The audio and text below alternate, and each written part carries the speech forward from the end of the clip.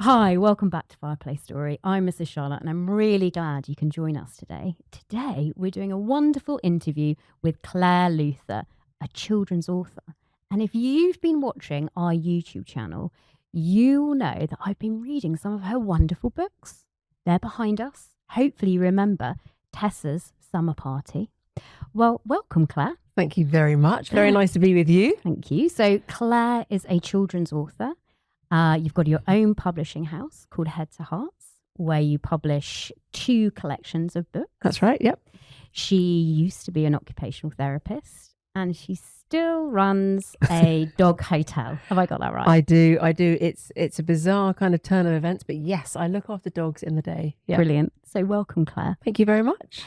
I really like to start these interviews with really where our love for literacy came. For me, literacy was really, telling stories was a really important part of my childhood. I can remember some of the stories that I was told from very early on. And for me, my dad was amazing at telling stories. I loved every bedtime because I knew he was going to tell an amazing story every night. And I can remember one of my first books, which I've actually got with me. So, this is the lovely Winnie All Fours by Babette Cole. I don't know if you remember her as an author, but I would say she was probably a Julia Donaldson of her time. But I just can remember being able to tell the story off by heart. And that really, really early love for literacy has then ingrained in me the love for reading and learning. Yeah. But I'd love to know where you can remember your first stories being told, or who introduced you to stories, or the love of telling and being able to, listen to stories. So I was very fortunate at bedtime. That was the designated time and it was consistent and it always happened. We'd have our bath and then get into bed for a bedtime story. And I have to say that I wasn't so interested in reading, but I adored being read to and having the book open and following the words with my mum or my dad reading. And I was always intrigued by the story, how that story would change, or how I had the opportunity in my imagination to rewrite a story. And I have actually bought some books that I was read. They're Munch Bunch, written by Charles Reed. But what we were encouraged to do is perhaps trace or draw the character and then create our own story. So I very quickly became involved in kind of a framework of what I wanted my story to tell me. And I loved getting involved in where that story would take me. I used to cut out in newspapers little comic strips as well, and create my own story again. So I think I was more leaning towards what the story allowed me to do, and where it took me, and how I could create, rather than the actual love of reading. But that was a very big part of my childhood. I was always taken to the library, always handled books, and I think that has kind of led me into a love of expression and communication rather than anything else. Yeah. I love, because obviously some children, like yourselves, love listening to stories. Yes. They don't love reading. And I think it's really important that parents understand how important continually reading to your children is, even when your children get older. Because some children pick up reading very quickly, where others take a long time. And actually, if they're always hearing words, vocabulary, stories, they will get there. But if you're not carrying on reading, then those children will quite quickly not enjoy stories anymore. Yeah. And I think that's kind of what I've done with my own parenting with my children, is the joy of perhaps guessing a word that might be coming up, or what might happen once we turn the page. Just using new words. I remember reading The Worst Witch, that series, and hearing for the first time the word fiend, a new word. And I just felt really excited that I'd been introduced to something new. Again, it's not going to be big in anyone else's world, but just the excitement of, I've not heard of that word and I want to look it up. So I went to a dictionary. Those But were it the was days. again, it was the kind of opportunity and exposure of new language. And I am very empathetic, and I like to talk about my feelings and experiences, and record those. I've always recorded them in diaries or journals. I love to observe, and the kind of early years of being exposed to words has, I think, led me into enjoying rhyme, enjoying poetry, and kind of expanding on vocabulary. Yeah. No, I love books for that very reason of expanding vocabulary. Yeah. Because as a little child, you might only know small, but small can also be teeny, weeny, wincy, all those lovely words. And you only get that through reading, really. Yeah. Because it's not an everyday language that you say, oh, that's, you might be saying, oh, there's a small apple there. You wouldn't say it's a teeny or a tiny, maybe not. Yeah. But actually books allow you to extend children's vocabulary in a really fun way. Yeah, I totally agree with that. So it sounds like your love for writing also came from the stories and being able to create your own stories. Yeah. Can you remember having something that triggered your love for writing, or was it took time? I think if I'm looking back and kind of thinking about it, I was given a 5-year diary as a present. Nice. And there was little tiny kind of sections that you could write in. And just the opportunity to record my day started to get me interested in rather than just saying I went to the shops, what would I want to be there to kind of experience, remembering that day accurately, and what kind of emotion was involved in that. So I started to tune into that. And spent a lot of time doing my own writing. From a young age. I mean, it was, but I enjoyed the kind of the thinking and the freedom of exploring my own world, and then perhaps putting that into practice of conversations with other people and finding common ground or sharing similar interests. So that's kind of where it started for me. Yeah, for me, I can remember always being told, well, mainly made to do holiday diaries. Which when I first, when my mum and dad first introduced this, I was like, oh, I don't know, that's awful. Yeah. But then my mum was amazing at saying, just cut pictures out and put them in. Yeah. And that can be your storyboard. Yeah. And especially I find I've got 3 boys, and boys and girls are very different. And they don't always tend to like putting pen to paper. Yeah. And just the ability of putting pictures down can create a story. Well, exactly, because you get a chance to reflect on those stories, and you can describe the picture to the person you're reading it with or looking at it with. And I think that's what I've done with my children is if we are away, then when they were growing up, got them to do journals. So we would collect tickets or make a postcard or use different words to describe the scenery that we'd seen, just as a way of using language to find ways of what we felt in that moment or what we were enjoying in that moment. So it's just, again, the use of language is just so important with the words and the reading and expression. Yeah. And I know, and it's just allowing parents to understand that your child doesn't have to instantly love writing. No. Actually, it can be put through pictures. My eldest wasn't reading properly until she was in year 3. And what I mean by properly is to the standards that were required of her. Yeah. However, she was very expressive because I thought if her struggles are in reading, what else can I be doing to facilitate her using her language in a way that still grows it and still finds different ways and different uses for the words or alternative words. And so then when the catch-up came, she was very capable. Yeah. So, but I'm really pleased that I relaxed with that. Yeah. That I was intentional with my connection with her around reading. Yeah.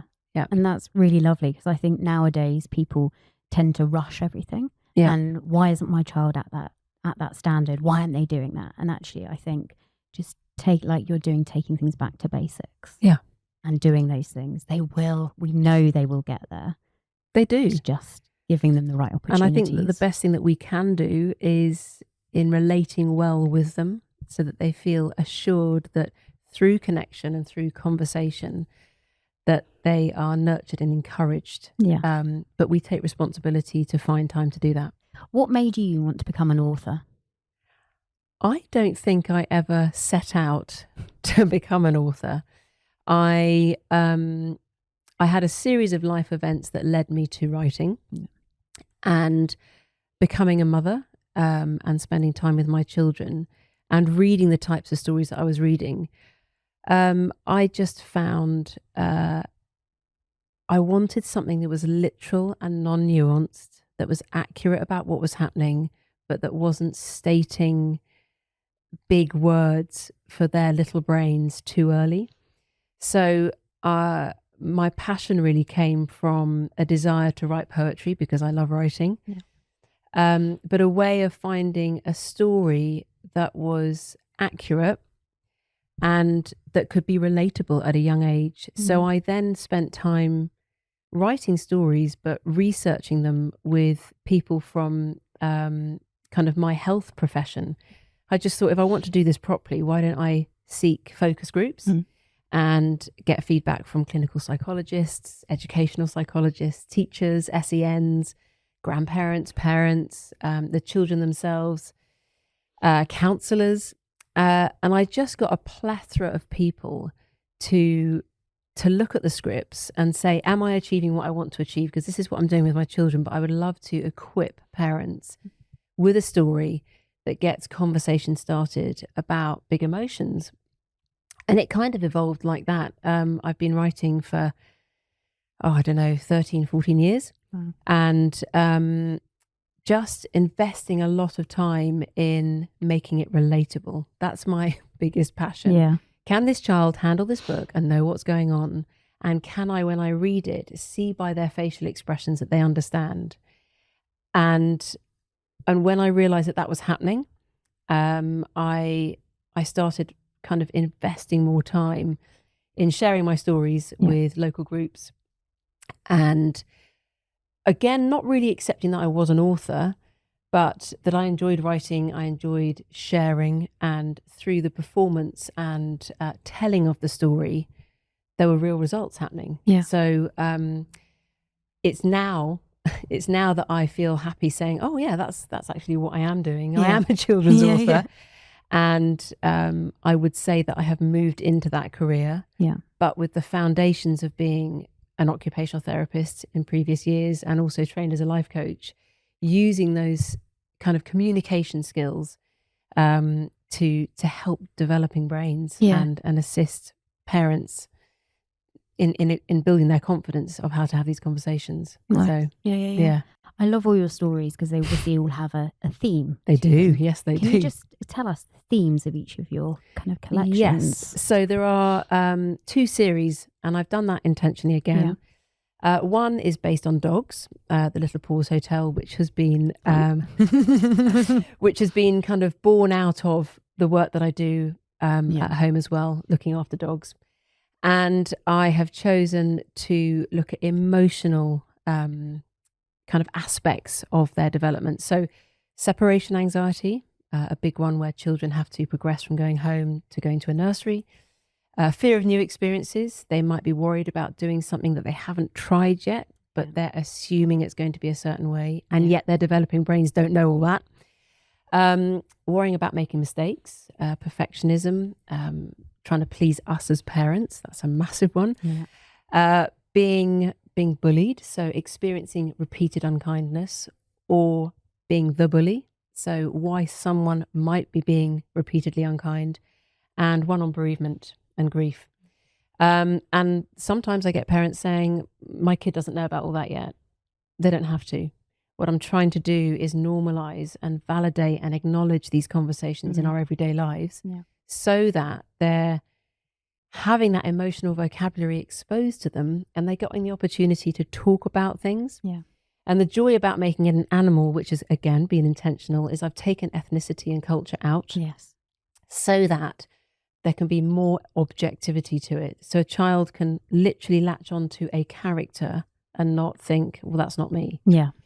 And then you've got, with the parent or teacher or caregiver, a chance to talk about the character and then ask the child if they've ever felt like that. Yeah. So that's the one series, Little Paws Hotel.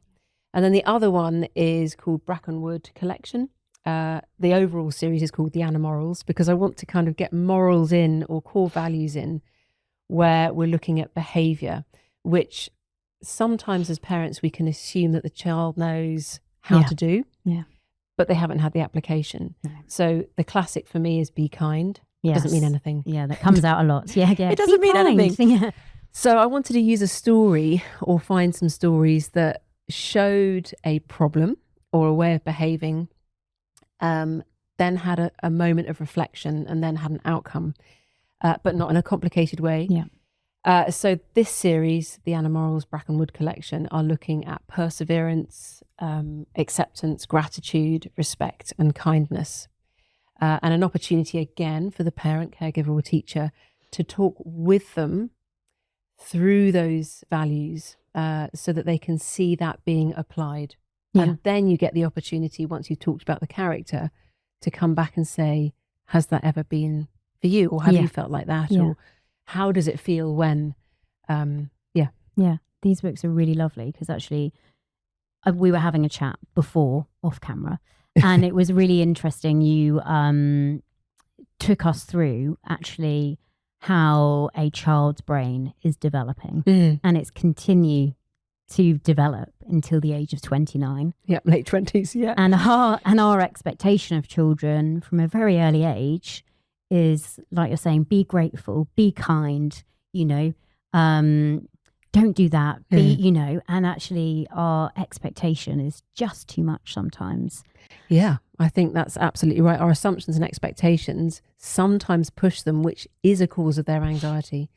And we're keen for them to be independent and doing things, but they are learning, and they need us as guides. And if we're struggling to do that, and we haven't got that awareness ourselves in our own parenting journey, what I think is a good way of starting that is to pick up a book, read a story together, and look at talking about it together in a way that allows for connection. Yeah. So, and your stories do that really well, because, thank you.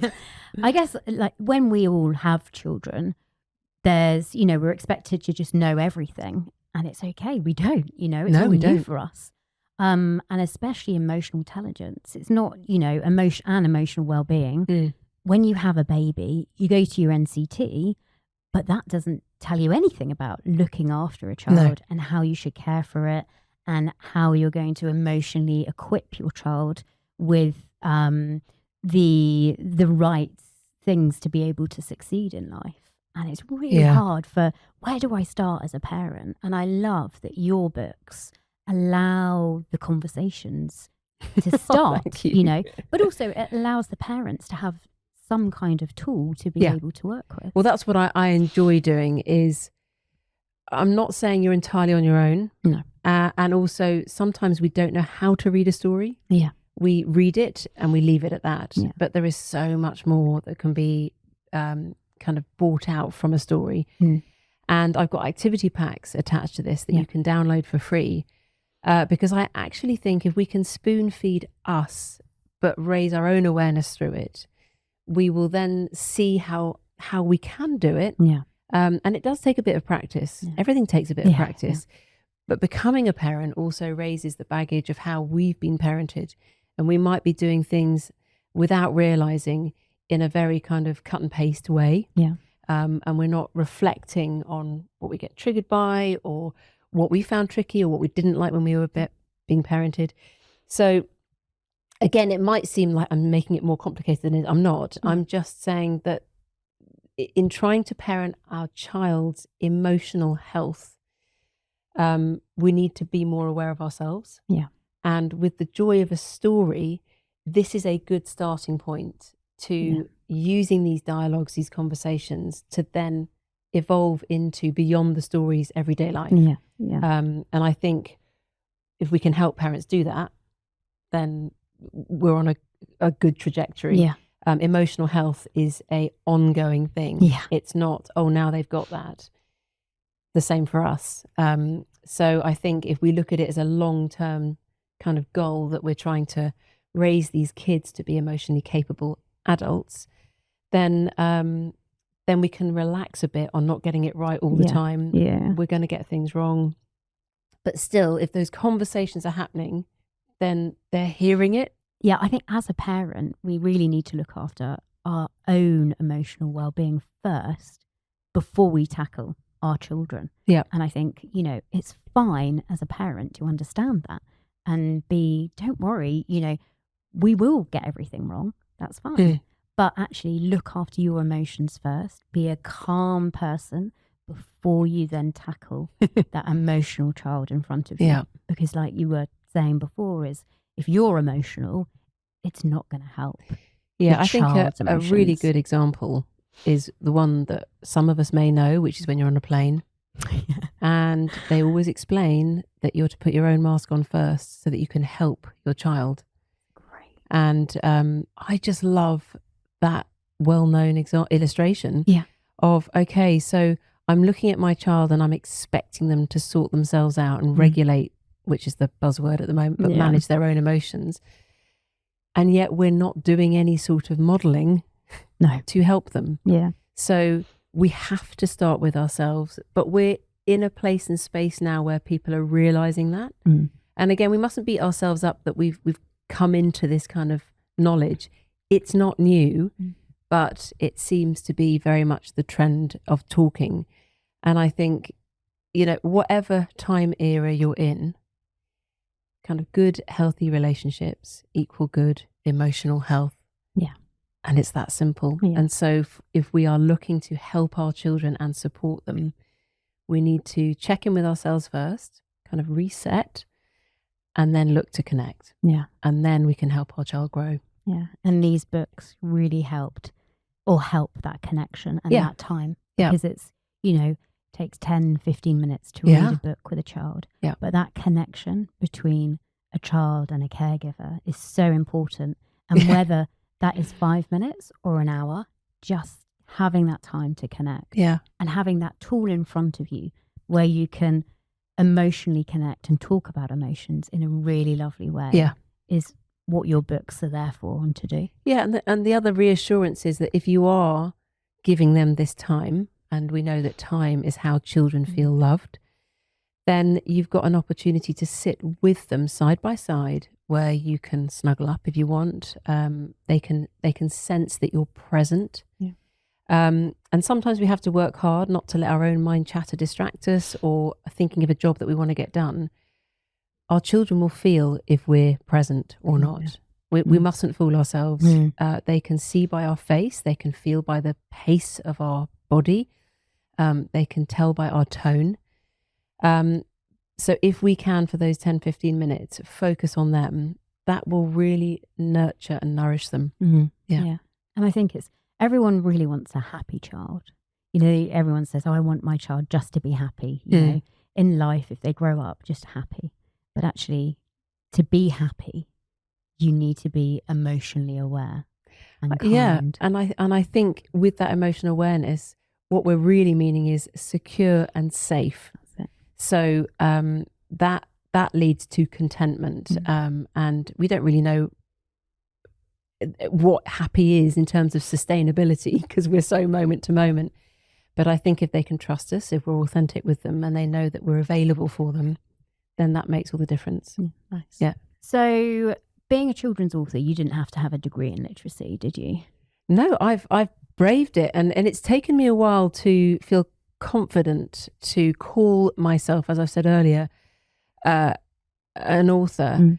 I've had no training. I'm not a well-read person in terms of reading. I have enjoyed what it's helped me with in terms of being informed, creativity, imagination, but I haven't studied how to write a book. What I've gone on is coming alongside people to advise me and say the content is this. How does this look? Obviously, I've done some reading on terms of how the kind of makeup of a book, but no training. No. So yeah, it's just been a evolving journey. Yeah. And what makes a good book? A good character, a good storyline? Like, as you, an author, where do you start? With a character, a storyline? I think for me, with children, what makes a good story is being real. And recognizing through observation and experience what happens, what experiences people go through, and writing about them. Yeah. I think even in adult literature, that's what people latch onto. We love an autobiography. Yeah. We love a story that we can relate to. Yeah. So that is what I've done for our children, our young developing brains. What can they relate to at their age that will not need explaining, but there are hooks that help them to understand themselves and be better understood. Yeah. And which was the first book that you wrote? So the first was Olive. And I started with Olive because we did actually have a sausage dog that came to our hotel that was very anxious. Yeah. And I thought, this dog behaves like my child. And why don't I try putting the dog and my daughter's feelings into a story? I love that. So I just combined the two, but looked at the physiological changes that happen when a child gets left at a nursery. So the Book of Olive is about separation anxiety and being dropped off at a nursery equivalent, or starting a new class, and not being with their parent or their caregiver for the day, being left with adults that are unfamiliar to begin with. And I wanted to include in the story what that looked like, what changes were happening. So the dog shaking, whining, looking at the door, crying, not playing with anyone, feeling sad, having funny tummy feelings. To then actually going through the day and those worries becoming less. And by talking and sharing how she felt with others, that she was able to cope, that some breathing exercises helped. But also, which a lot of parents miss in this, is that Olive stayed. She wasn't collected. So that child, the dog, gets to see the emotion through. So we don't go into an avoidance strategy. We don't go into a fixing strategy. We go into, okay, Olive was able to stay. Even though she still felt worried, they weren't as big, but she managed to have fun. And we're using this as an opportunity to kind of show them application of coping with uncomfortable feelings. And that's okay. And that's really important, because us as parents quite quickly try and fix issues or come in and sort it out for them, rather than the child going through that emotional roller coaster to get to a point where they can feel a bit more calmer, a bit less anxious. And because their upset causes us upset, we can't stand it. And so we're very quick to shut it down or stop it or distract.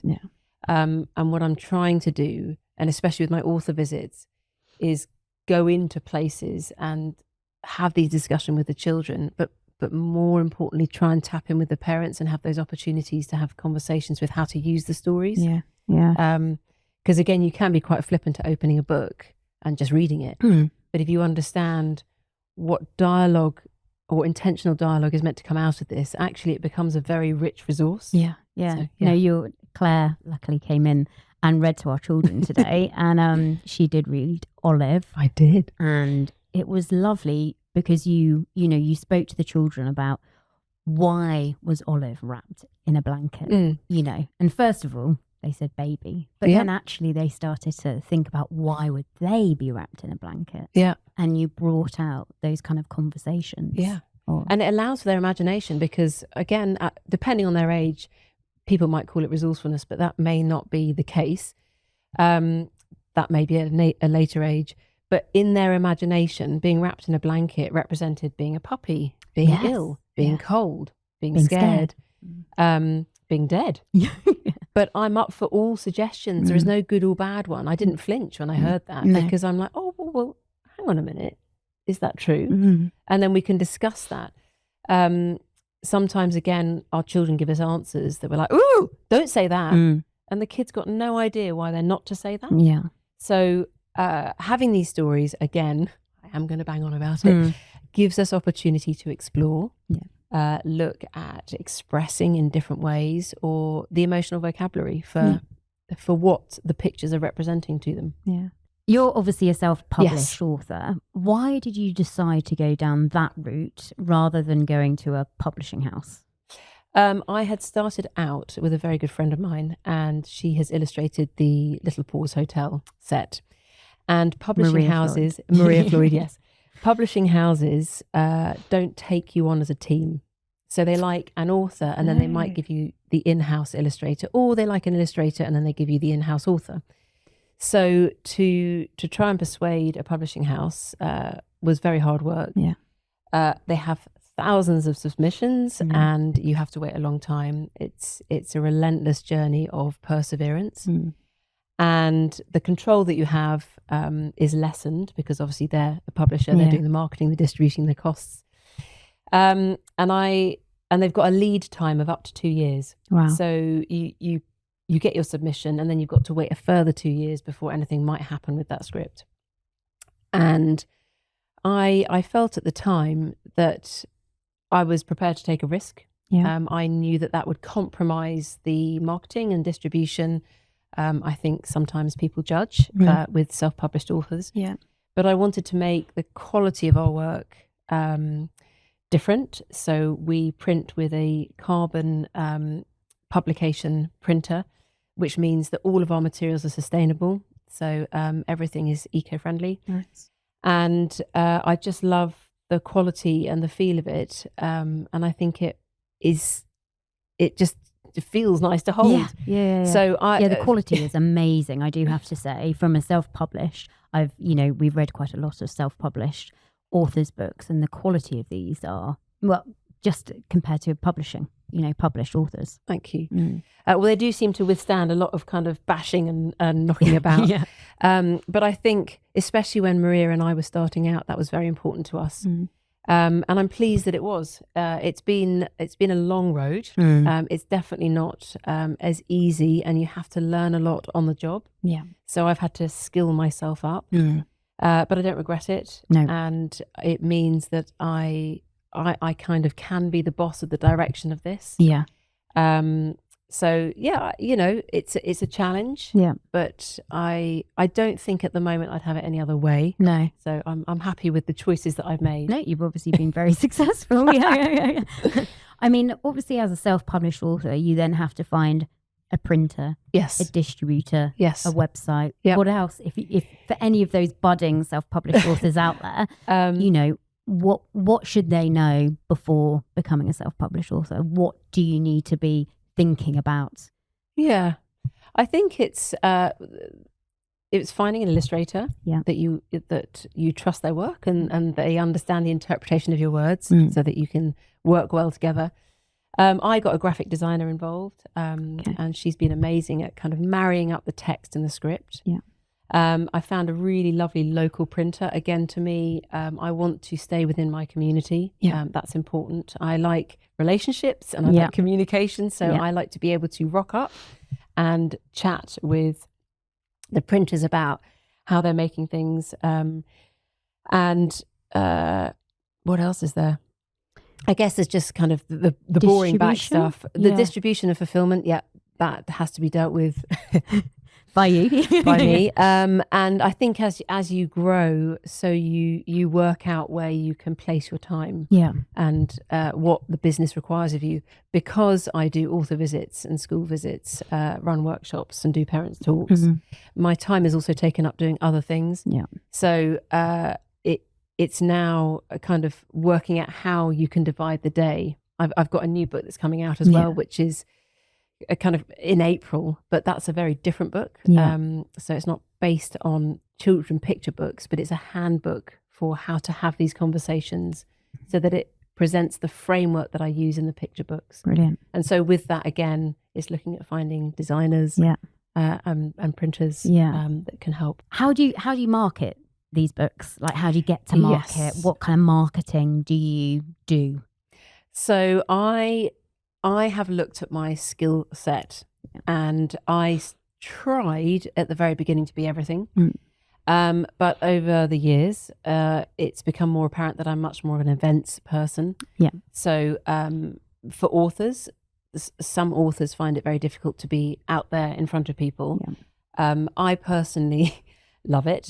And I love being with children, and I find it very easy to improvise in the moment. So I do all the kind of back work and the structure, and then I just bring forward what I need to know for the place and space that I'm working in.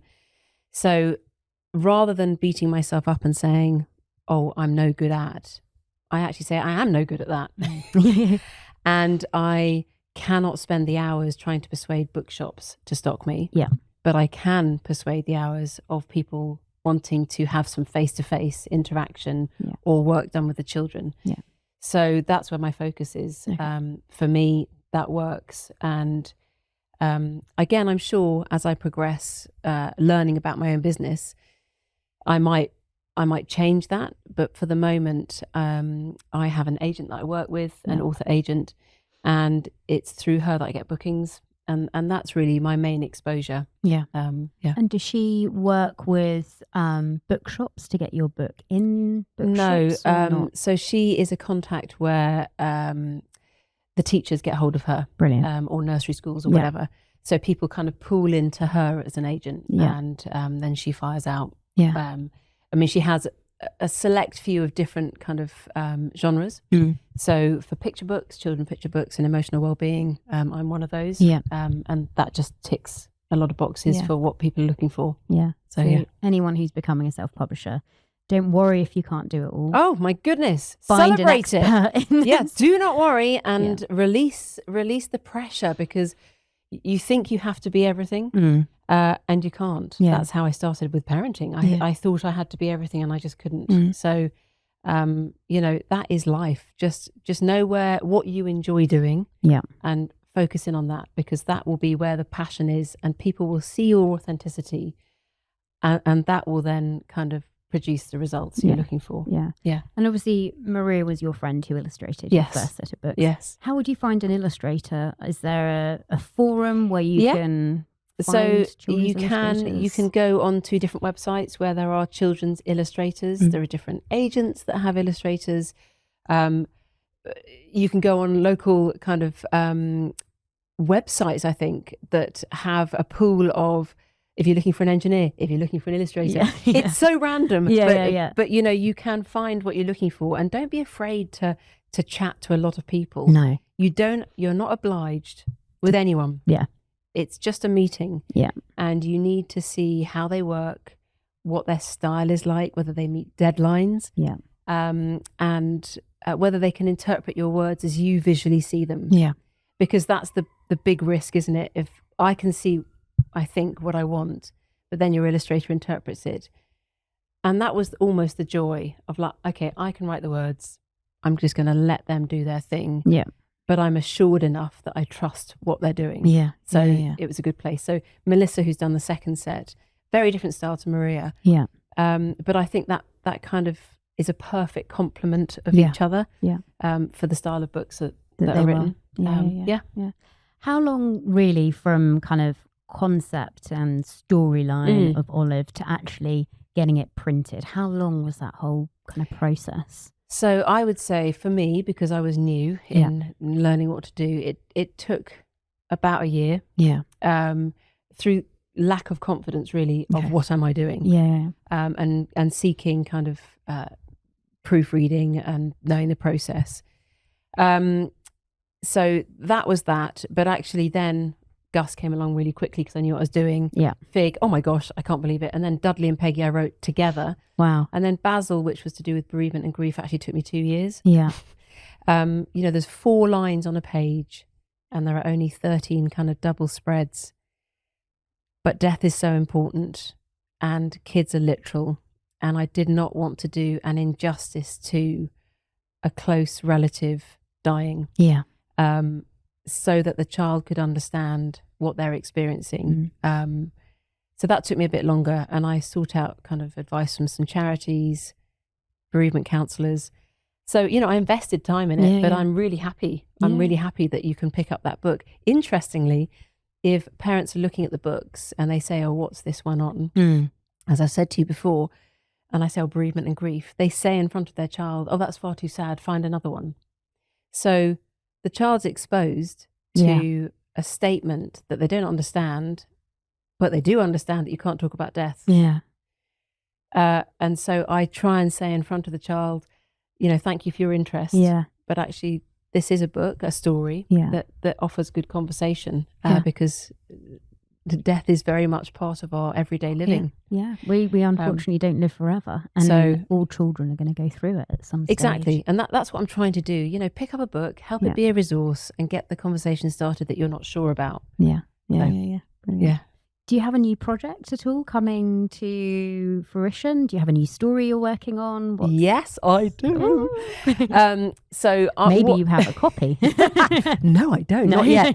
It's going to be launched in April. And what I've put is my framework of how I have these conversations into a handbook. And it's a way of how can we have a step-by-step practical prompt for these dialogues? Is there a kind of toolkit that I can use? So I've created this talking toolkit and I'm trying to encourage parents to read through it in a very kind of non-jargoned way about how you can promote and support our children's emotional health through using my stories. Nice. And then beyond. Yeah. So it refers directly back to these, but it also gives the parents a framework to reference, which I think is kind of what we need. There's a lot of information out there, sometimes too much. Yeah. And we will all be familiar with different approaches, different theories. What I've tried to do is say, this is how I've been working, and actually cross-referencing different psychologists or schools of thought.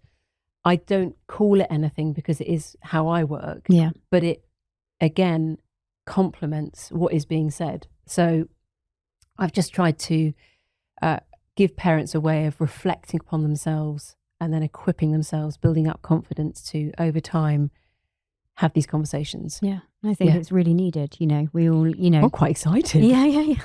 We'll definitely be putting a link. Yeah. Thank you very much. But I think it's really needed, for parents to have some kind of tool to, to help them understand and be able to work with the books as well. Yeah.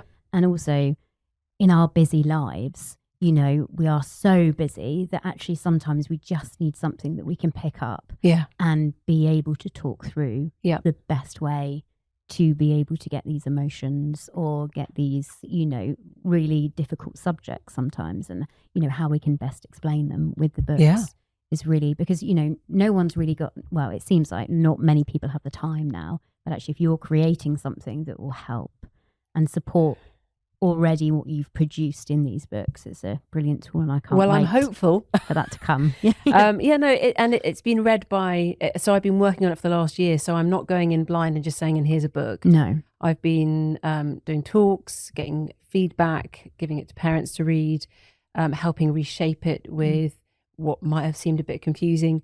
So I'm kind of confident that when April comes, I have done as much research as I can to make it an easy to use book. Yeah.